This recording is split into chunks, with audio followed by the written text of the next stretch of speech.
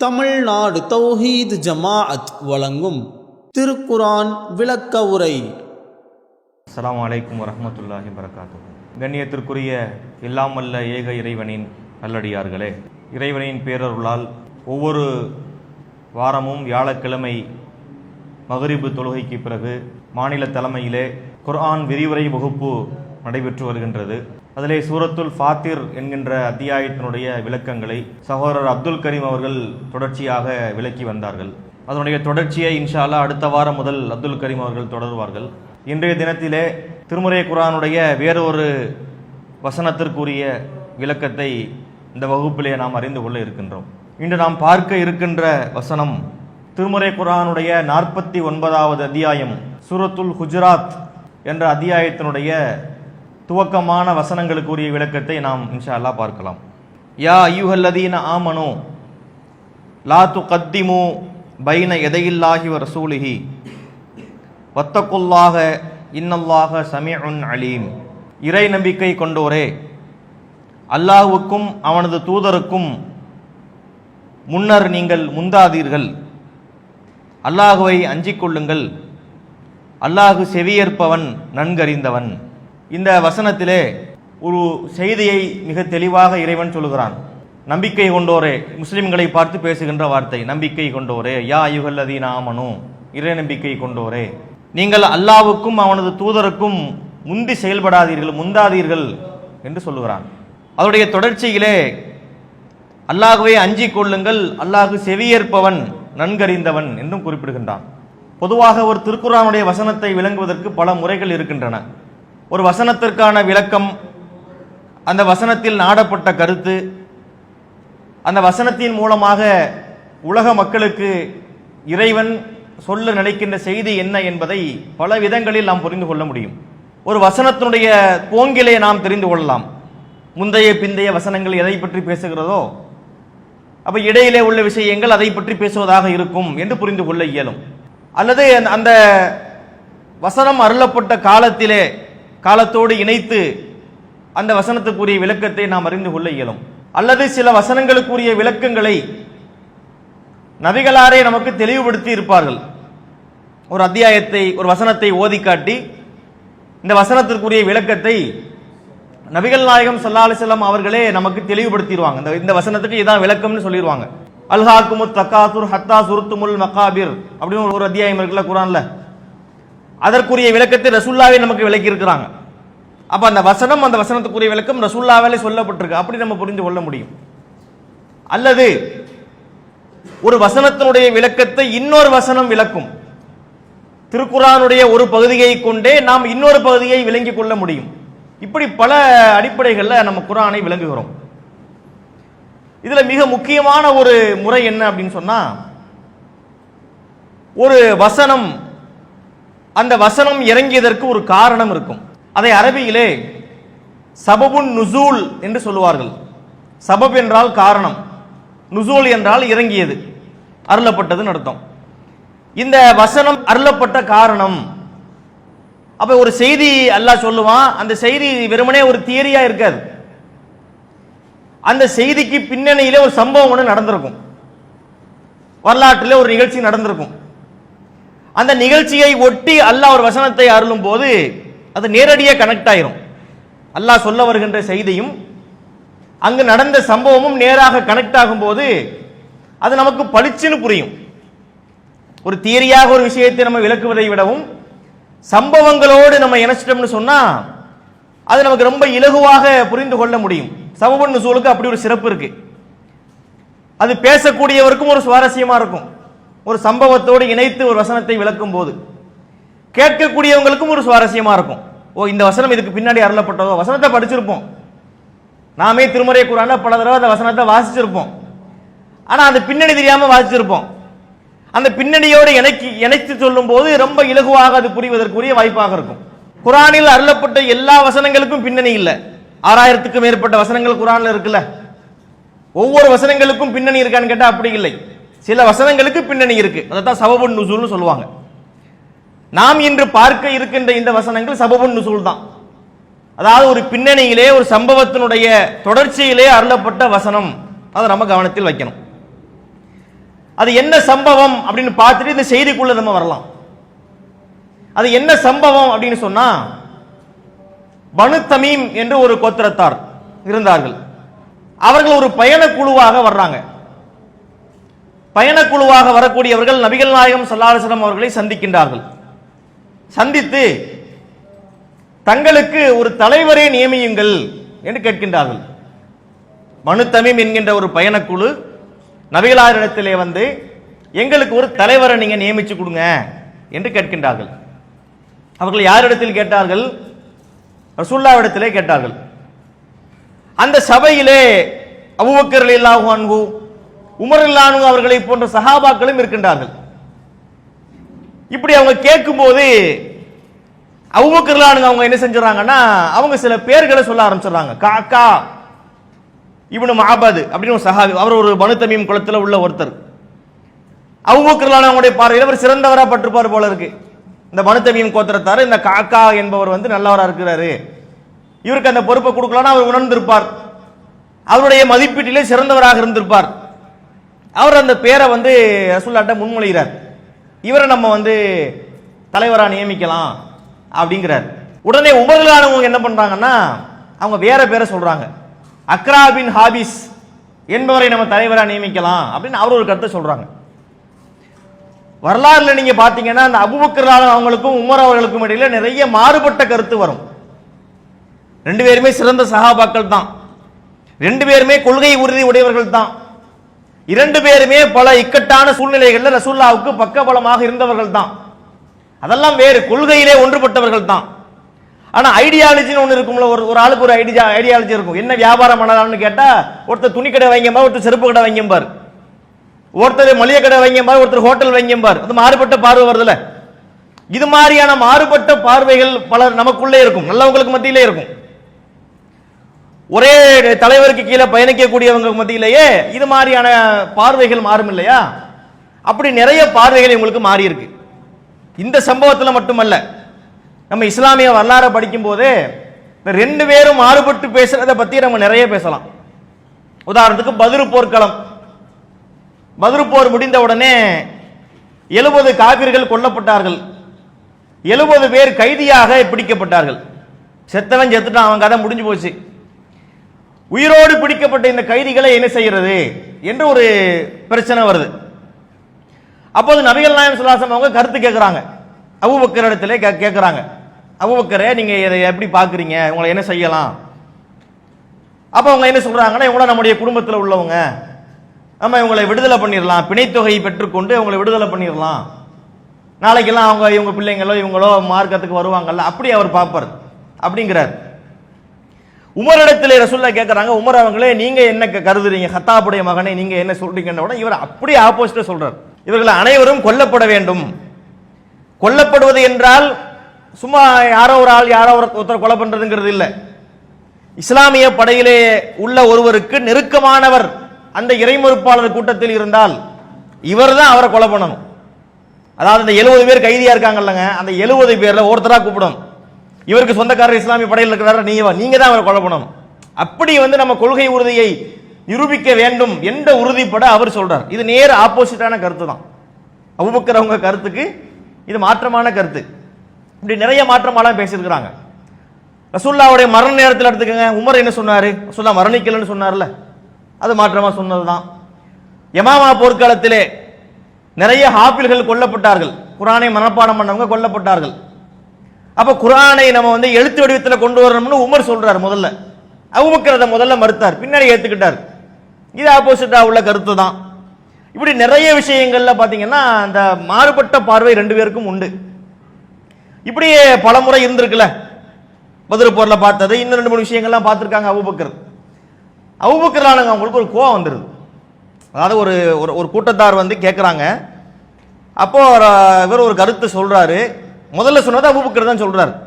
உடனே டக்குன்னு இவர் வேற ஒரு பேரை சொன்ன உடனே அவர் கொஞ்சம் டென்ஷன் ஆயிடுறாரு. யார்? அபூபக்கர் டென்ஷன் ஆயிடுறாரு. டென்ஷன் ஆகி என்ன சொல்றாங்கன்னா, மா அரத்த இல்லா ஹிலாஃபி, எனக்கு மாற்றமா தான் நீங்க பேசிக்கிட்டே இருப்பீங்களா?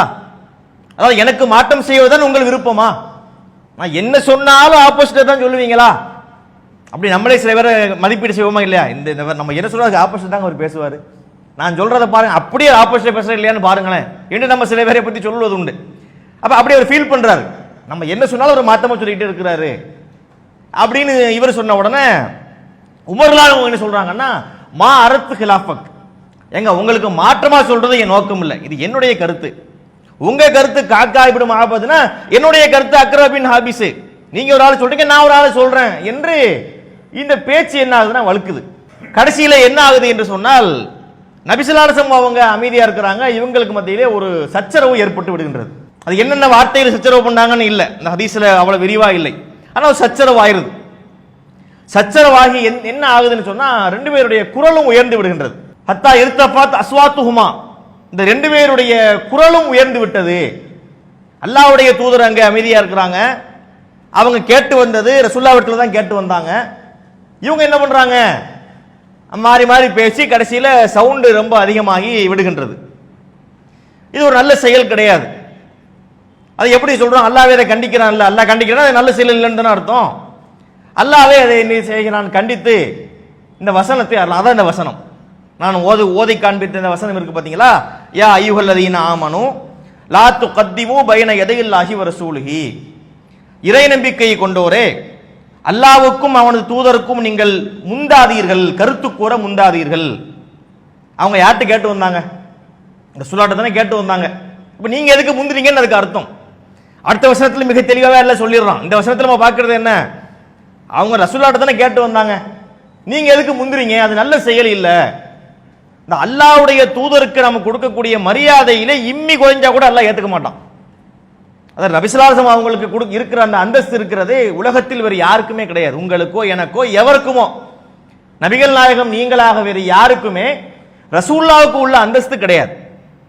அதனால உயிருக்கு மேல நம்ம பார்க்கிறோம், அந்நபி அவுலாபில் முஃமினீன மின் அன்ஃபுஸிஹிம், உயிருக்கு மேலன்னு சொல்லப்படுதுல, அஸ்வாஜுஹு உம்மஹாத்துஹும்ங்கறான் அல்லாஹ். அவங்களுடைய மனைவிமார்கள் உங்களுக்கு தாய்மார்கள், ரசூலுல்லாஹ்வுடைய மனைவிமார்கள் நமக்கு தாய் ஆயிட்டாங்க. அந்த அந்தஸ்து நம்ம தாய் வந்து உலகத்துக்கே தாயா, அவங்க நமக்கு தான் தாய். ஏன் தாய், எனக்கு தாய், உங்க தாய் உங்களுக்கு தாய். ஆனா ரசூலுல்லாஹ்வுடைய மனைவிமார்கள் மூமின்கள் அனைவருக்குமே தாய். அது ஒரு சிறப்பான ஒரு தரஜா. அதே போல ரசூலுல்லாஹ் அவங்க யாரு, அவங்க எல்லாத்தையும் விட நம்ம ரசூலுல்லாஹ்வை நேசிக்கணும், நம்முடைய தாயை விட, நம்முடைய தந்தையை விட. அத ரசூலுல்லாஹ் சொன்னாங்களா, லா யுமின் அஹதுக்கும் ஹத்தா அகூன அஹப்ப இலைஹி மின் வாலிதிஹி வ வலதிஹி வன்னாசி அஜ்மஈன். ஒரு மகன் தன் தந்தையை விட, ஒரு தந்தை தன் மகனை விட, வன்னாசி அஜ்மஈன் மொத்தத்துக்கும் சொல்லிடுறது, உலக மக்கள் அனைவரையும் விட என்னை ஒருத்தர் நேசிக்கலைனா அவர் ஈமான் கொள்ளவில்லை. அப்ப ரசூலுல்லாஹ்வுக்கு இருக்கக்கூடிய நேசம் அந்த அளவுக்கு இருக்கணும், ரசூலுல்லாஹ்வுக்கு இருக்கக்கூடிய முக்கியத்துவம் அந்த அளவுக்கு இருக்கணும். தாயை மதிக்கலாம், தந்தையை மதிக்கலாம், நண்பரை மதிக்கலாம், முதலாளியை மதிக்கலாம், ஆசிரியரை மதிக்கலாம், எல்லாம் அதுக்கு கீழே தான். ரசூலுல்லாஹ்வுக்குள்ள மதிப்பு வேறு யாருக்கும் கொடுத்துடக்கூடாது. நேசத்திலையும் அப்படி நம்ம நேசம் கொடுக்கணும். மரியாதை கொடுக்கிற விஷயத்துல நபி அப்படி மதிக்கணும். அப்படி ஒருத்தர் மதிச்சா தான் அவர் சொல்றதை ஃபாலோ பண்ண முடியும். ஏன் அதெல்லாம் அங்க அழுத்துறான்னு புரியுதா, இது ஏதோ யதார்த்தமா சொல்லியிருப்பாங்க, ஏதோ ஒரு புரியாம சொன்னது அப்படின்னு அல்லாஹ் அதை எளிதா கடந்து போகல. ஒரு நபியை நீங்க அவமதிக்கிறீங்களா, நபிக்கு நீங்க மரியாதை குறைவை ஏற்படுத்துறீங்களான்னு சொல்லி கடுமையான வார்த்தைகளை எல்லாம் போறோம். அடுத்த வசனங்கள் அதை விட ஸ்ட்ராங்கா வருது. என்ன சொல்றான் அடுத்த வசனத்துல, யா அய்யுஹல்லதீன ஆமனு, இது ரொம்ப தெளிவா வருது. முதல் வசனம் அந்த சம்பவத்தோடு இணையும் போது புரியுது. அடுத்த வசனத்துல மிக தெளிவாக வெளிப்படையான வார்த்தையில அல்லாஹ் பேசிடுறான். யா அய்யுஹல்லதீன ஆமனு லா தர்ஃபஉ அஸ்வாத்தக்கும் ஃபௌக ஸௌத்தி நபியி வலா தஜ்ஹரு லஹு பில் கௌலி கஜஹரி பாலிக்கும் லிபாலின் அன் தஹபத அமாலுக்கும் வ அன்தும் லா தஷ்உரூன். இந்த வசனத்தை படிக்கும்போது மெய்சில் எடுத்து போகும். அல்லாஹ் சொல்றான் பாருங்க, இறை நம்பிக்கை கொண்டோரே நபியின் குரலுக்கு மேல் உங்கள் குரல்களை உயர்த்தாதீர்கள். உங்களில் ஒருவர் மற்றவரிடத்தில் உரத்து பேசுவதை போல் அவரிடத்தில் நீங்கள் உரத்தி பேசிவிடாதீர்கள். இதனால் நீங்கள் அறியாத விதத்தில் உங்களின் நற்செயல்கள் அழிந்து போகும். எவ்வளவு வார்த்தைகள்ல கொச்சையான வார்த்தை எதுவுமே இல்லை, ஆனா அப்படி கண்டிக்கிறான் அல்லாஹ். கண்டனம்னா அந்த மாதிரி கண்டனம். எப்படி சொல்றான் அல்லாஹ், நம்பிக்கையை கொண்டோரே குரலை நீங்க டவுன் பண்ணுங்க. இந்த நபிக்கு முன்னாடி நீங்க உங்க குரலை உயர்த்தக்கூடாது. அவருக்கு உரிய மரியாதை இருக்கு, அவருக்கு உரிய கண்ணியம் இருக்கு. அவர் சாதாரண நினைக்க கூடாது. உங்க உயிருக்கு மேல அவர் ஒரு மதிக்கப்பட வேண்டியவராக இருக்கிறாரு. அவருக்கு கொடுக்கக்கூடிய கண்ணியத்துல ஒரு கொஞ்சம் கொஞ்சம் கூட ஏத்துக்கிற மாட்டேன் என்பதை தான் அல்லாஹ் நமக்கு சொல்ல வர்றான். உங்களுடைய குரலை இந்த நபிக்கு முன்னாடி நீங்கள் உயர்த்தாதீங்க. அடுத்து சொல்கிறான், உங்கள ஒருத்தர் மற்றவங்கள்ட்ட பேசுவீங்களே அந்த மாதிரி இங்கே பேசக்கூடாது. ஒரு அத்தா மகனை பிடிச்சி கத்து கத்துன்னு கத்துவார், மகனிடத்துல கத்துவார். ஒரு வாத்தியாரு மாணவன்கிட்ட கத்துவார், ஒரு முதலாளி தொழிலாளிகிட்ட கத்துவார், ஒரு உயர் அதிகாரி கீழே உள்ள அதிகாரியை பார்த்து கத்துவார். இப்படி பலரும் என்ன செய்வோம், பல நேரங்களில் கோபத்தை வெளிக்காட்டுறதுக்கு உரத்த குரல்ல பேசிடுவோம். அது சரியா தப்பாங்கிறது ரெண்டாவது, ஆனா பேசிடுவோம். அல்லாஹ் சொல்லுகிறான், நீங்க அந்த மாதிரி இங்க பேசக்கூடாது. அல்லாஹ்வுடைய தூதரை பத்தி நீங்க பார்த்து நீங்க பேசிட்டீங்கன்னா அது சாதாரணம் கிடையாது. இந்த தூதருக்கு முன்னாடி நீங்கள் உங்களுடைய குரலை உயர்த்தி பேசக்கூடாது, அவருக்கு கொடுக்கக்கூடிய கண்ணியத்தை மரியாதையை குறைச்சிடக்கூடாது என்பதைத்தான் அல்லாஹ் அங்கு சொல்ல வர்றான். சரி, அப்படி ஒருத்தர் பேசிட்டாரு. எப்பவுமே நமக்கு அப்படி ஒரு கேள்வி வரும்ல, பேசக்கூடாது ஓகே, பேசுனா செய்யக்கூடாது செஞ்சுட்டா, இதை மீறக்கூடாது மீறிட்டா, அப்படி கேட்டு நம்ம பழகிட்டோம். அப்ப அல்லாஹ் அதுக்கு என்ன செய்யறான், ஆன்சர் பண்ணுகிறான். அப்படி செஞ்ச என்ன ஆகும்னு சொன்னா, அன் தஹபத அமாலுக்கும் அன்தும் லா தஷூரூன், நீங்கள் அறியாத விதத்திலே உங்களுடைய அமல்கள் எல்லாம் அழிந்து போய்விடும். இந்த அமல்கள் அழிஞ்சு போகும் என்பது நம்ம சமுதாய மக்களுக்கு எப்படியோ தெரியாது. ஏன்னா நம்மள சில பேர் அமல்களே இங்க ஒன்றும் பெருசா வாழ்றது இல்லை. இல்லை ஒருத்தட்ட போய் ஓ அமல் அழிஞ்சு போயிடும், போனா போகுது, இங்க என்ன வாழுதான். ஏன்னா அவர் பெருசா அதில் அக்கறை செலுத்தி இருக்க மாட்டார், பெரிய அமல்கள்லாம் செஞ்சிருக்க மாட்டார். தான தர்மங்களோ இபாதத்துகளோ வணக்க வழிபாடுகளோ பெருசா இருக்காது. அழிஞ்சு போவதா போனா போதும் கூட போயிடுவார், அதில் கவனம் இல்லாம இருப்பார். ஆனா இந்த வார்த்தை அபூபக்கர் அவங்களை எப்படி இருக்கும் நீங்க பாருங்க. அபூபக்கர் அவங்க எந்த மாதிரி அமல் செஞ்சவர், சாதாரண அமல் செய்தவரா? அவரும் சிறப்புக்குரியவர் தான், அவருக்கு நிறைய ரசூலுல்லாஹ் முன்னுரிமை எல்லாம் கொடுத்துருக்காங்க, அவரை உயர்த்தி பேசி இருக்கிறாங்க. ஆனாலும் அவர் வணக்கத்தில் குறை வைத்தாரா? அபூபக்கர் வணக்கத்தை பத்தி முஸ்லீம்ல வர இடம் இருக்கக்கூடிய செய்தியை நம்ம பார்க்கிறோம். ரசூலுல்லாஹ் அவங்க ஒரு சபையில் இருக்கிறாங்க. அப்போது கேட்கிறாங்க, மன் அஸ்பக மின்குமல் யௌம சாயிமா, முஸ்லீம்ல பதிவு செய்யப்பட்ட செய்தி, இன்றைய தினம் உங்களிலே நோன்பு நோற்றவர் யார்? அந்த சபையில அபூபக்கர் தான் சொல்றாரு, கால அபூபக்கர் அன, நான் நோன்பு வச்சேன் அப்படிங்கிறார். இன்றைய தினம் உங்களிலே ஜனாசாவை பின்தொடர்ந்து போனவர் யார் என்று கேட்கின்றார்கள். அதுக்கும் அபூபக்கர் சொல்றாரு, நான் போனேங்கிறார். மன் அத்தாம மின்குமுல் யௌம மிஸ்கீனன், இன்று உங்களிலே ஒரு ஏழைக்கு உணவளித்தவர் யார் என்று கேட்கிறாங்க. அதுக்கும் நான் உணவளிச்சேங்கிறார். மன் ஆத மின்குமுல் யௌம மரீலா, இன்றைய தினம் உங்களிலே ஒரு நோயாளியை போய் நலம் விசாரித்தவர் யார்? அதுக்கும் நான் செஞ்சேங்கிறார். 4 கேள்வி கேட்கிறாங்க. ஒன்னு நோன்பு வச்சது யாரு, இன்னொன்னு ஜனாசாவை பின்தொடர்ந்தவர் யாரு, மூன்றாவது ஏழைக்கு உணவளித்தவர் யார், நாலாவது நோயாளியை போய் நல விசாரித்தவர் யார். 4க்குமே நான் செஞ்சேங்கிறார். அப்ப ரசூலுல்லாஹ் சொல்றாங்க, இந்த 4ம் யாருக்கு ஒரே நாளில் அமைந்து விடுகிறதோ அவர் சொர்க்கத்தில் நுழையாமல் இருக்க மாட்டார். சொர்க்கம் அது ஒரு சிறப்பு. இந்த 4 செயலும் ஒரே நாளில் நடக்கணும். இதுல பெரும்பாலும் எப்படி இந்த நாம் இது சில விஷயங்களை திட்டமிட முடியாது. நோயாளி விசாரிக்கிறது நம்ம விசாரிச்சிடலாம். ஜனாசா என்பது நம்ம அப்படி திடீர்னு போக முடியுமா? ஜனாசா ஒன்று ஏற்படும். அப்போ ஒரு ஊர்ல ஒரு ஜனாசா ஒன்று ஏற்படுது. நாளைக்கு ஒருத்தர் இறக்குறாரு, நாளைக்கு ஜனாசா எடுக்கிறாங்கன்னு இப்ப நம்ம திட்டமிடலாம். இப்ப நாளைக்கு ஜனாசா எடுக்கிறாங்க, அப்ப நாளைக்கு என்ன வாய்ப்பு இருக்கு, ஜனாசாவை பின்தொடரக்கூடிய ஒரு அமல் இருக்கு அப்படின்னு நம்ம புரிஞ்சுக்கலாம். அது ஒன்னாயிருச்சு. மிச்சம் 3 நம்ம பண்ணிட முடியும். என்ன பண்றது? நம்ம ஒரு ஏழைக்கு சாப்பாடு கொடுத்துட வேண்டியது, ஒரு நோயாளியை போய் நம்ம சந்திச்சிட வேண்டியது, விசாரிச்சிட வேண்டியது, நோன்பு வச்சிட வேண்டியது. அப்ப இந்த 4மே ஒரே நாளில் சேரும் போது அவருக்கு சொர்க்கம் அப்படின்னு ஆகுது சொல்றாங்க. இது கூடுதல் தகவலா எடுத்துக்கலாம். அப்ப இப்படி எல்லாம் அமல் பண்ணவர் யாரு? ரசூலுல்லாஹ் கேட்கும் போதே முன்னாடி சொல்லிட்டு அவர் பண்ணல, திடீர்னு கேட்கிறாங்க. கேட்கும் போது நான் பண்ணேன் எல்லாத்தையும் பண்ணியிருக்கிறார். அப்ப இப்படிப்பட்ட அமல்களை எல்லாம் புரிந்தவர். இதுல மட்டும் இல்லை, இதுல இல்லாத அமல்களும் அவர் பண்ணாரு. நிறைய தான தர்மங்களை அள்ளி கொடுப்பாரு. வீட்டுக்கு யாரை பார்த்தாலும் வீட்டுக்கு சாப்பாடு கூட்டு உபசரிப்பு செய்வாரு. இப்படி எல்லாம் பல அமல்கள் புரிந்தவர் யார்? அபூபக்கர் அவர்கள். அப்ப அவரை பார்த்து உங்க அமல் அழிஞ்சு போகும்னு சொன்னா அது அவர் துடித்திருப்பார். இந்த வாசகம் அவர் கண்டிப்பாக அவரை பாதித்திருக்கும். அப்படிப்பட்ட வார்த்தையை எல்லாம் பயன்படுத்தலாம். சிறந்த சகாபாக்கள் தான். அதாவது நல்ல மனிதரிடத்திலும் சில தவறு வருங்க. அதுக்குத்தான் நம்ம மார்க்கத்தையோ இணைச்சுக்கிட்டே வரணுங்கிற காரணம் தான். நல்லவர்னு சொன்னா அவரை நிறுத்திட முடியாது. நான் நல்லவர் ஆயிட்டேன், இனி எனக்கு மார்க்கம் தேவையில்லைன்னு சொல்ல முடியாது. நல்லவராக இருந்தாலும் சறுக்கல் வரும், தவறு வரும். ஒரு தடுமாற்றம் வரும், ஒரு சூழ்நிலையில ஒருத்தர் ஒரு தவறுக்கு தள்ளப்படலாம். அப்ப எந்த நிலையிலும் மார்க்கத்தோட தொடர்போடு இருக்கக்கூடிய ஒருவருக்கு அதெல்லாம் சீர் செய்யப்படக்கூடிய ஒரு வாய்ப்பு இருக்கிறது. அந்த வாய்ப்பு தான் உங்களுக்கு கிடைக்கிறது. அப்ப அல்லாஹ் என்ன செய்கிறான், அடுத்த வசனத்துல, மேல உள்ள வசனத்துக்கு அடுத்த வசனத்துல சொல்லும் போது, உங்களுடைய குரலை நீங்க இந்த நபிக்கு முன்னாடி உயர்த்தக்கூடாது. அப்படி உயர்த்தினீங்கன்னு வைங்க, மற்றவங்களை பார்த்து பேசுற மாதிரி இந்த நபிக்கு முன்னாடி பேசக்கூடாது. அப்படி நீங்க பண்ணிட்டீங்கன்னு சொன்னா உங்களுடைய அமல்கள் எல்லாம் நீங்கள் அறியாத விதத்திலே அழிந்து போய்விடும். என்ன செய்கிறான் இறைவன், கடுமையாக கண்டிக்கின்றார். அப்ப இது நம்ம கவனத்தில் என்ன பார்க்கணும்னு சொன்னா, அந்த நபிக்கு உள்ள இடத்தை நீங்க பார்க்கணும். நபிகள் நாயகம் ஸல்லல்லாஹு அலைஹி வஸல்லம் அவர்களுக்கு உள்ள இடம் இருக்கிறது, அது சாதாரண ஒரு இடம் கிடையாது. இதெல்லாம் மக்கள் புரிய மாட்டாங்க, அதனால பல வழிகேடுகள் வருது. இப்போ ரசூல்லாவை மதிக்கிறோம்னு ஒரு கூட்டம் கிளம்புது. நாங்கள் ரசூல்லாவை நேசிக்கிறோம், ரசூல்லாவை மதிக்கிறோம், எங்கள் பிள்ளைகளுக்கு ரசூல்லாவுடைய பேரை நாங்கள் வச்சுட்டோம். வீட்டு வாசலை பார்த்தா அல்லாஹு முகமது என்று என்ன செய்வாங்க, எழுதி வச்சிருப்பாங்க. ரசூல்லாவை மதிக்கிறோம், எங்கள் பிள்ளைக்கு முகமது நாங்கள் பேர் வச்சுட்டோம், ரசூல்லாவை மதிக்கிறோம் என்று இதைத்தான் நேசத்துக்கு காரணமாக காட்டுறாங்க. நேசம் என்பது இந்த விதத்தில் மட்டுமல்ல, எல்லா விதத்திலையும் ரசூலுல்லாஹ்வுக்கு முக்கியத்துவம் நம்ம கொடுக்கணும். அதாவது மனிதர்கள்ல ஒரு இறைத்தன்மை மட்டும் ரசூலுல்லாஹ்க்கு நம்ம கொடுக்க கூடாது.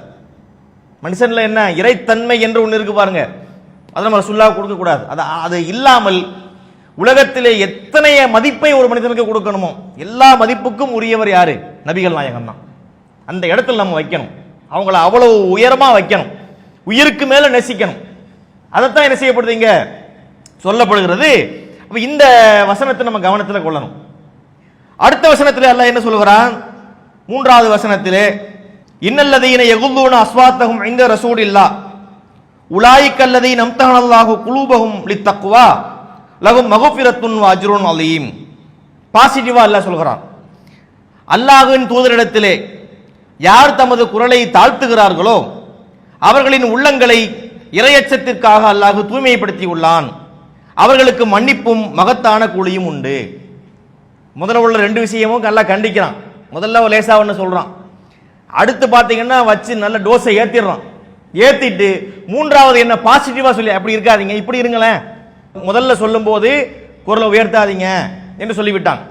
ரெண்டாவது வச்சு இருக்குன்னு இருக்கிறான், அல்லாஹ் உயர்த்தக்கூடாது, அடுத்தவங்களோட பேச மாதிரி பேசக்கூடாது, பேசினீங்கன்னு வைங்க உங்க அமல்லாம் காலி பண்ணிடுவேன் என்ற அளவுக்கு கண்டித்து விட்டு அடுத்து என்ன அதை பாசிட்டிவாகவும் சொல்லி காட்டுறான்.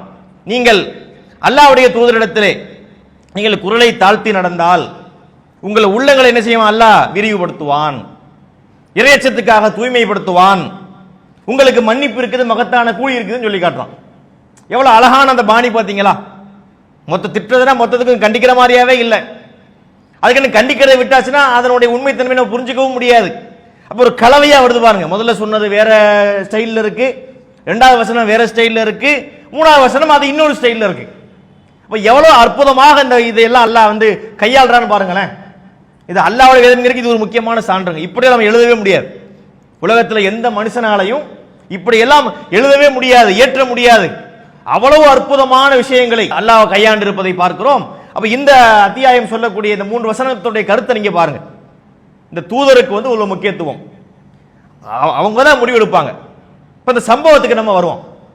இந்த சம்பவத்தில் என்ன வருது, பனு தமீம் கோத்திரத்தார் அவங்க யார்கிட்ட வந்தாங்க, அபூபக்கருடைய கருத்தை கேட்கவா வந்தாங்க, உமர் அவங்களுடைய கருத்தை கேட்கவா வந்தாங்க, ரசூலுல்லாஹ்ட்ட தானே கருத்து கேட்கப்பட்டது. அவங்க என்ன செஞ்சிருக்கலாம், அவங்க அமைதியா இருந்திருக்கலாம், அல்லாஹ் தூதர் என்ன சொல்றாங்க என்று அமைதி காத்து இருந்து அதுக்கு பிறகு ரசூலை கேட்கவும் சொல்லியிருக்கலாம். ரசூலுல்லாஹ் பண்ணதை கேட்பாங்கல்ல, அபூபக்கரே உங்களுடைய கருத்து என்ன, பத்ர் போர்ல கேட்டாங்கல்ல, கேட்கும் போது சொல்றதுங்கிறது அவங்களே இந்த வாய்ப்பு தந்துடுறாங்க.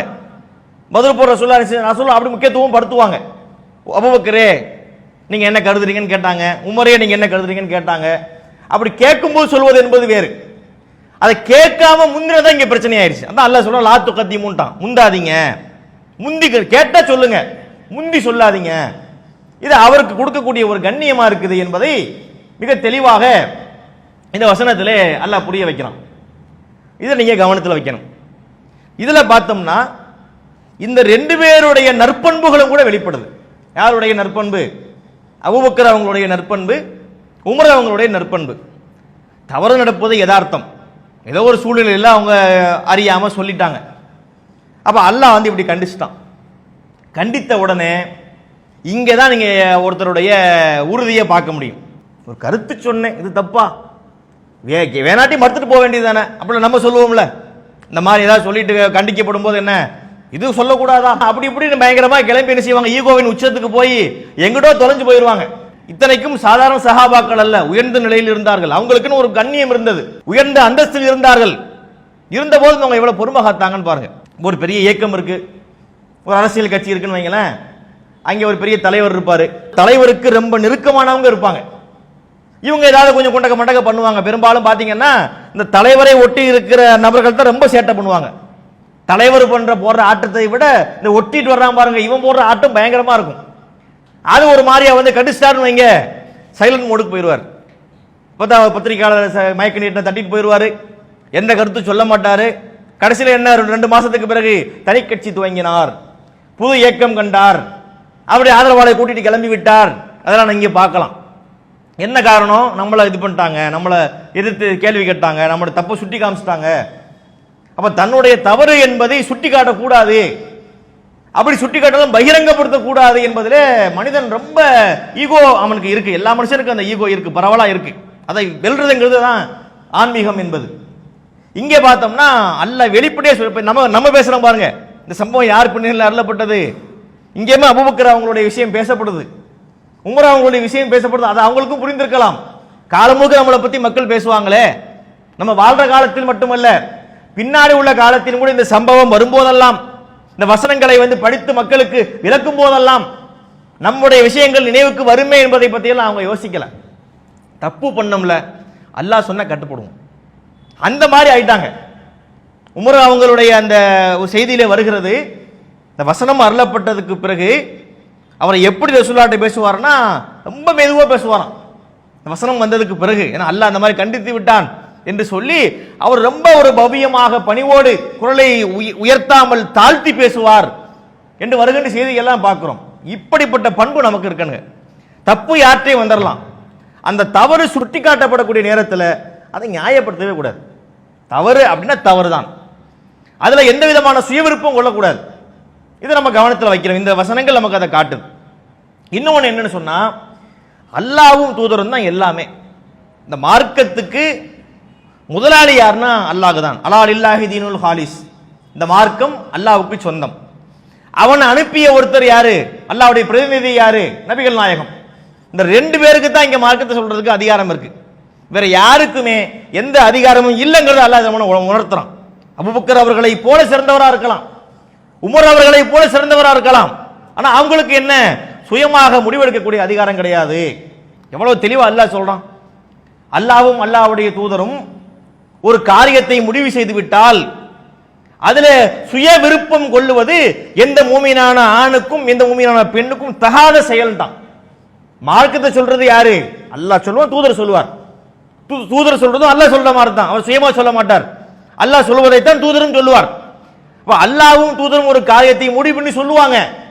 நமது வேலை என்ன, இல்ல அப்படி இல்லை இப்படி என்று சொல்வதா, அதுக்கு ஆப்போசிட்டா கருத்து சொல்வதா, அல்லாஹ் தூதரும் சொல்றதை விட்டு நம்ம 3வது கருத்து சொல்றதா?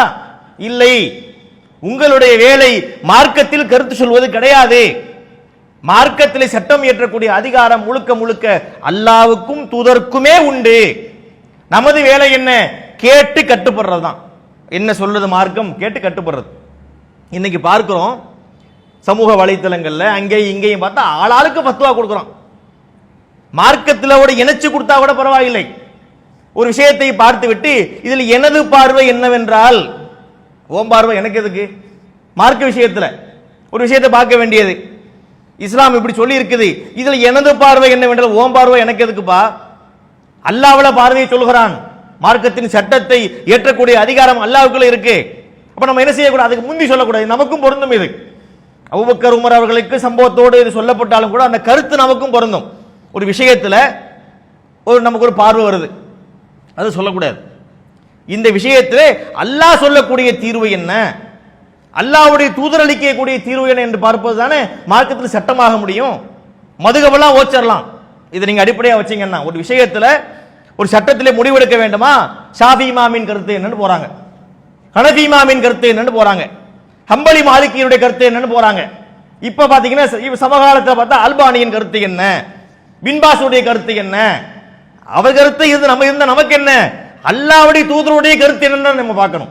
அல்லாஹ்வுடைய கருத்து என்ன, அல்லாஹ்வுடைய தூதருடைய கருத்து என்ன என்பதுதான் நம்ம கவனத்திலே கொள்ளப்பட வேண்டுமே தவிர ஒரு மனிதனுடைய கருத்து என்பது அது மார்க்கமாகாது.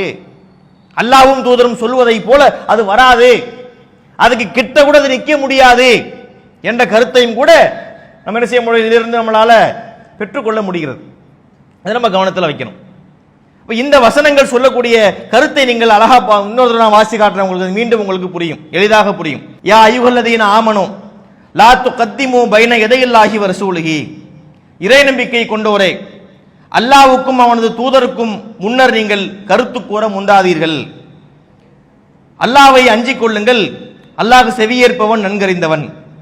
யா அய்யுஹல்லதீன ஆமனு லா தர்ஃபவு அஸ்வாத்தக்கும் ஃபௌக சௌத்தின் நபியி வலா தஜ்கரு லஹு பில் கௌலி கஜஹரி பாலிக்கும் லிபால் அன் தஹபத அமாலுக்கும் வ அன்தும் லா தஷ்உரூன். இறை நம்பிக்கை கொண்டோரே, நபியின் குரலுக்கு மேல் உங்கள் குரல்களை நீங்கள் உயர்த்தாதீர்கள். உங்களில் ஒருவர் மற்றவரிடத்தில் உரத்து பேசுவதைப் போல் அவரிடத்தில் நீங்கள் உரத்து பேசாதீர்கள், இதனால் நீங்கள் அறியாத விதத்தில் உங்களின் நற்செயல்கள் அழிந்துவிடும். இன்னல்லதீன யகுல்தூன அஸ்வாத்தஹும் இன்த ரசூலில்லாஹ் உலாயிக்கல்லதீன அம்தஹனல்லாஹு குலூபஹும் லித்தக்வா லஹும் மக்ஃபிரத்துன் வ அஜ்ருன் அலீம். அல்லாஹ்வின் தூதரிடத்தில் யார் தமது குரலை தாழ்த்துகிறார்களோ அவரின் உள்ளங்களை இறையச்சத்திற்காக அல்லாஹ் தூய்மைப்படுத்தி உள்ளான், அவர்களுக்கு மன்னிப்பும் மகத்தான கூலியும் உண்டு. அப்ப இந்த வசனம் சொல்லுகின்ற கருத்து இது ஒரு சபபுன் நுசூல், ஒரு சம்பவத்தினுடைய பின்னணியிலே அருளப்பட்ட வசனங்களாக இருந்தாலும் நாம் பெற வேண்டிய நிறைய படிப்பினையை நம்ம இதில் பார்க்கிறோம். இது இந்த வசனத்தில் இருந்து புரிந்து கொள்ளக்கூடிய கருத்து. இதிலே சொல்ல வேண்டிய இன்னொரு கருத்தும் இருக்கு. அதாவது உங்களுடைய குரலை உயர்த்தக்கூடாது, இந்த நபிக்கு முன்னாடி உங்க குரலை உயர்த்தினீங்கன்னு வைங்க உங்களுடைய அமல்லாம் அழிஞ்சு போயிடும் என்ற கருத்துல வசனம் வந்துச்சுல. இந்த வசனம் அருளப்பட்ட காலத்தில் இருந்து ஒரு சஹாபி காணாம போயிடுறார். இந்த சஹாபியுடைய பேர் என்னன்னா சாபித் பின் கைஸ் ரலியல்லாஹு அன்ஹு என்ற நபித்தோழர். இந்த வசனம் இறங்கினதுல இருந்து அவர் வெளியவே வரல. ரசூல்லாவே தேடுறாங்க அவரை, எங்க சாபித்து எங்கப்பா ஆளை காணாமே ரொம்ப நாள் ஆச்சு பார்த்து என்று சொல்லி ரசூல்லாவே தேடுறாங்க. ஆள் தென்படவே இல்லை, பள்ளிவாசலுக்கு வரல, ரசூல்லாவுடைய கண்ணுக்கு முன்னாடியே அவர் வரவில்லை. ரசூல்லா அதை கேட்குறாங்க, சாபித் பின் கைஸ் எங்கன்னெலாம் கேட்குறாங்க, தேடுறாங்க. அப்போ ஒருத்தர் சொல்றாரு, நான் போறேன், நான் போய் பார்த்து வர்றேன், அவரை போய் பார்த்து வரேன்னு சொல்லி வீட்டுக்கு வர்றாரு. வீட்டுக்கு வந்தால் அவர் என்ன செய்கிறார், வீட்டில் உட்கார்ந்து அழுதுட்டு இருக்கிறார். முனக்கிசன் ராசவு அப்படின்னா தலையை கவிழ்ந்து கவலை தோய்ந்த முகத்திலே ரொம்ப கவலைப்பட்டு தலையை அப்படியே கவுத்தி உட்கார்ந்து கவலைப்பட்டு கொண்டிருக்கிறார். உடனே அவர் போய் கேட்கிறார், என்னங்க அப்படின்னு கேட்கும்போது அவர் சொல்றாரு, எனக்கு கேடு ஏற்பட்டு விட்டது, என்னுடைய அமல்கள்லாம் அழிஞ்சு போய் விட்டது. ஏன்னு சொன்னா நான் ரசூல்லாவுக்கு முன்னாடி குரலை உயர்த்தி தான் பேசியிருக்கிறேன், என்னுடைய அமல்லாம் அழிந்து விட்டது, நான் நரகவாசி இன்னிமின் அகலின் நார், நான் நரகவாசி ஆயிட்டேன் அப்படின்னு சொல்றார், கவலையோடு சொல்றார். அப்ப இவர் போய் ரசூல்லாவிடத்து இந்த செய்தியை போய் சொல்றார், இந்த மாதிரி சாபித் பின் கைஸ் சொல்றாரு. அப்ப ரசூல்லா சொல்றாங்க, நீங்க போய் அவர்கிட்ட சொல்லுங்க, என்ன சொல்லுங்க, நீங்க லஸ்தமின் அகலின் நார், நீங்க நரகவாசி கிடையாது, நீங்க அகலுல் ஜன்னா சொர்க்கவாசின்னு நீங்க சொல்லுங்க என்று சொல்லி அனுப்புறாங்க. இது ஒரு நன்மாராயம். இந்த சாபித் பின் கைஸ் என்பவர் யாரு, நன்மாராயம் சொல்லப்பட்ட உள்ள ஒருத்தர். இப்ப ரசூல்லா பல பேரை சொன்னாங்கல்ல, ஒரு 10 பேரை சொன்னாங்க, அஷ்ரத்துல் முபஷராம்பாங்க. அதே போல உம்மு சுலைம் அவர்களை சொன்னார்கள், பிலால் அவர்களை சொன்னாங்க. அப்படிலாம் ஒரு பட்டியல் இருக்குல்ல, அதுல யாரும் சேர்றா, இந்த சாபித் பின் கைஸும் சேர்றார். ரசூலுல்லாஹ் அதை இப்பதான் வெளிப்படுத்துறாங்க. அதாவது அவர் என்ன புரிஞ்சுக்கிட்டாருன்னா, அவருடைய குரல் கொஞ்சம் பெரிய குரல். இப்ப நம்மளே பாத்தீங்கன்னா சிலருக்கு பெரிய குரல் இருக்கும் பாத்தீங்களா, சிலர் பாத்தீங்கன்னா சத்தமே வராது, சிலர் என்ன அஸ்ஸலாமு அலைக்கும் அதுக்கு தரக அலைக்குசாங்கிற பதில் பாத்தீங்கன்னா 10 தடவைக்கு கேட்கும். அப்படிப்பட்ட ஒரு உரத்த குரல்ல பேசுவாங்கல்ல, அந்த மாதிரி குரல் வெள்ளம் உள்ளவர் யாருன்னா இந்த சாபித் பின் கைஸ். அவர் இயற்கையா பேசும்போதே ரொம்ப பெரிய வாய்ஸ்ல வெளியே வரும். அப்ப அவர் என்ன புரிஞ்சுக்கிறாரு, இந்த வசனத்தை பார்க்கிறார் அவர், லா தர்ஃபவு அஸ்வாத்தக்கும் ஃபௌக சௌத்தி நபி, நபிக்கு மேல சத்தத்தை உயர்த்தாதீங்க, நமக்கு தான் உயர்ந்த சத்தமாச்சே. அதாவது இவருடைய நோக்கம் அவரை மரியாதை குறைவா ஆக்கணுங்கிறது இல்லை, வரும்போது அப்படி வருது. அப்ப அவரை ராங்கா புரிஞ்சுக்கிறாரு. என்ன புரிஞ்சுக்கிறாரு, அப்ப நம்மளுடைய அமல்லாம் அழிஞ்சு போச்சுன்னு சொல்லி விளங்குறாரு. அப்ப ரசூலுல்லாஹ் அதுக்கு விளக்கம் அளிச்சு சொல்றாங்க, அப்படி கிடையாது, அவர் நரகவாசி, அவர் சொர்க்கவாசின்னு சொல்லுப்பான்னு சொல்லி அனுப்பக்கூடிய சம்பவமும் நடக்கின்றது. இதனுடைய பின்னணியில் நம்ம என்ன செய்ய கூடுதலாக தெரிந்து கொள்ள முடிகின்றது. அப்ப இந்த வசனங்களை நம்ம பார்க்கிறோம், நம்ம கவனத்தோடு நம்ம அணுகணும். அல்லாஹ்வுடைய வேத வசனங்களை படிக்கும் போது சும்மா அப்படியே கடந்து நம்ம போகக்கூடாது. சும்மா அப்படியே ஒரு சோம்பேறித்தனத்தோடு, ஒரு வேண்டா வெறுப்பாக, ஒரு கடமைக்காக நம்ம அதை படிக்கக்கூடாது. படிக்கும்போது ரொம்ப நீங்க கவனிச்சீங்கனாலே அதனுடைய அர்த்தம் தெரியும். குர்ஆனுக்கு என்று ஒரு தனியான பாணி இருக்கு. இப்போ நம்ம அந்த முதல் வசனத்தை நம்ம படிப்போமே, அல்லாஹ் என்ன சொல்றான், அதுல நம்பிக்கையை கொண்டவரே, இந்த தூதருக்கு முன்னாடி, அல்லாஹ்வுக்கு முன்னாடி நீங்க கருத்து சொல்லாதீங்க, முந்தாதீங்க அப்படின்னு சொல்றான். ஆனா சொல்லாதீங்கன்ற வார்த்தை இதுல இல்ல. லா துகத்திமு என்ற வார்த்தைக்கு என்ன பொருள்? முந்தாதீர்கள் தான் அர்த்தம். லா துகத்திமுனா என்ன? நேரடி பொருள் வைப்பதாக இருந்தால் யா அய்யுஹல்லதீன ஆமனூ, நம்பிக்கை கொண்டோரே, லா துகத்திமு, நீங்கள் முந்தாதீர்கள், பைன யதையில்லாஹி வ ரசூலிஹி, அல்லாஹ்வுக்கும் தூதருக்கும் முந்தாதீர்கள் தான் வருது. முந்தி கருத்து சொல்லாதீங்கிறது இல்ல. ஆனா அது ஒரு சொல்வதைத்தான் குறிக்கிறது என்பதை அல்லாஹ் பின்னாடி உணர்த்துறான் நமக்கு. எப்படி? அடுத்த வார்த்தையில் அல்லாஹ் சொல்கிறான், வத்தக்குல்லாஹ இன்னல்லாஹ சமீஉன் அலீம்ங்கறான். அல்லாஹ் செவியேற்பவன் அப்படின்னு வருது. அப்ப இது எதை குறிக்குது? அல்லாஹ் செவியேற்பவன் சொன்னா சொல்றதை தான் குறிக்குது நம்ம புரிஞ்சுக்கிறோம். முதல்ல என்ன, முந்தி கருத்து சொல்லாதீங்க என்பது வார்த்தை லஃபுல்ல கிடையாது. லா துகத்திமு என்பது முந்தாதீங்கன்னா இருக்கு. அந்த வார்த்தை ஒரு சொல்லுவதைத்தான் குறிக்குது. அல்லாஹ்வுக்கு முந்தி கருத்து சொல்லாதீங்க நம்ம எப்படி புரிஞ்சுக்கிறோம்? பின்னாடி அல்லாஹ் சொல்ற இன்னல்லாஹ சமீஉன்டான், அல்லாஹ் அதை செவியேற்கிறான், அல்லாஹ் செவியேற்க கூடியவன் என்பதிலிருந்து அது சொல்லக்கூடியது நம்ம புரிஞ்சுக்கிறோம். பார்த்தீங்க, இதெல்லாம் ஒரு பாணி. அல்லாஹ் பயன்படுத்தக்கூடிய வார்த்தைகளை கொண்டு நம்ம என்ன செய்யலாம், அவனுடைய மார்க்கத்தை புரிந்து கொள்ள முடியும். இப்படி இந்த அல்லாஹ்வுடைய வேதத்தை நம்ம அனுதினமும் வாசிக்கணும். இந்த வசனத்தை நீங்க குர்ஆன் வசனங்களை நீங்க படிச்சாலேயே அல்லாஹ் அவ்வளவு விஷயம் உள்ளடங்கி இருக்கிறது. இது வெல்ல முடியாத சொல். உலகத்தில் யாராலும் இதை இப்படி ஏற்றவே முடியாது. அல்லாஹ்வை சவால் விட்டானா இல்லையா? உலகத்தில் எந்த வேதங்களும் சவாலுக்கு வராது. பொதுவாக வேதங்கள்னா ஓடி ஒளியும், அது பொதுவெளிக்கு வராது. அது யாரையும் வா நீ இதுக்கு எதிராக நீ வான்னு சவாலுக்கெல்லாம் கூப்பிடாது.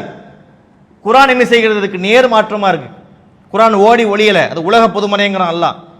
அதில் பேசக்கூடிய வார்த்தையிலேயே யா அய்யுஹன் நாஸ்னு சொல்றான். மனிதர்களை பார்த்து பேசுகிறான், எல்லா மக்களை பார்த்து பேசுகிறான், இறை மறுப்பாளரை பார்த்து எல்லாம் பேசுகிறான். இன்னொன்று பார்த்தீங்கன்னு சொன்னா, இந்த குர்ஆனை போல கொண்டு வாங்கன்னு கேட்கிறான் இறைவன். அப்படி ஒரு வெளிப்படையான வேதமாக, ஒரு சிறந்த வேதமாக இந்த வேதத்தை அல்லாஹ் ஆக்கி இருக்கின்றான். அப்ப இந்த வேதத்தை நம்ம இந்த மாதிரி வகுப்பு வைக்கக்கூடிய நோக்கம் என்ன?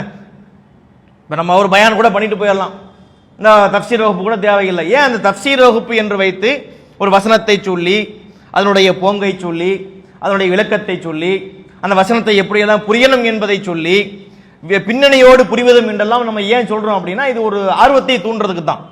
அப்ப இப்படி எல்லாம் அணுகும்போது நமக்கு நிறைய விளக்கம் கிடைக்கிறது என்று நாம் அனைவரும் என்ன செய்ய வேண்டும்? குர்ஆனை தினமும் வாசிக்க வேண்டும். அதுக்குரிய விளக்கங்களை நம்ம தேவைப்பட்டா நம்ம என்ன செய்யலாம்? நாமளே அதை தேடி படிக்கலாம், இல்லாட்டி தெரிஞ்சவங்ககிட்ட கேட்கலாம். எல்லாருக்கும் எல்லாம் தெரியும்னு சொல்ல முடியாது. அதுக்கும் மார்க்கமான நமக்கு வழிகாட்டி இருக்கு. ஃபஸ்அலு அஹ்ல ஸிக்ரி இன் குன்தும் லா தஅலமூன்.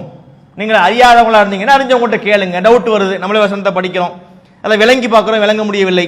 அப்ப அதுக்குரியவங்க என்ன செய்யலாம்? கேட்டுக்கூட அதை தெரிந்து கொள்ள முடியும். மொத்தத்திலே குர்ஆனோடு உண்டான அந்த அறிவு நமக்கு வேண்டும், குர்ஆனோட அறிவு வேண்டும், குர்ஆன் தொடர்பு வேண்டும் என்பதை கவனத்தில் வைத்துக் கொண்டு திருமறை குர்ஆனை அனுதினமும் வாசிக்க வேண்டும். அவசரப்படாமல் நிதானமாக அல்லாஹ் அங்க சொல்ல வரக்கூடிய கருத்து என்ன, முன்னாடி என்ன இருக்கு, பின்னாடி என்ன இருக்கு, அதில் பயன்படுத்தக்கூடிய வார்த்தை எப்படி இருக்கு என்பதை எல்லாம் கவனித்து பார்த்தால் அது நமக்கு கண்டிப்பாக ஒரு மார்க்க அறிவை நிறைவாக வளர்ப்பதற்குரிய வாய்ப்பாக அமையும். அப்படிப்பட்ட நல்ல அறிவை வளர்த்து கொண்டு, வேத அறிவை வளர்த்து கொண்டு, நபிகளாருடைய அந்த வழிமுறைகளையும் பின்பற்றி மறுமையிலே வெற்றி பெறக்கூடிய நன்மக்களாக அல்லாஹ் நம் அனைவரையும் ஆக்க வேண்டும் என்று கூறி இந்த வகுப்பை நிறைவு செய்கிறேன். வாஹிருதவானா அனில் அல்ஹம்துலில்லாஹி ரப்பில் ஆலமீன். அஸ்ஸலாமு அலைக்கும் வரஹ்மத்துல்லாஹி. அல்லாஹு அக்பர், அல்லாஹ்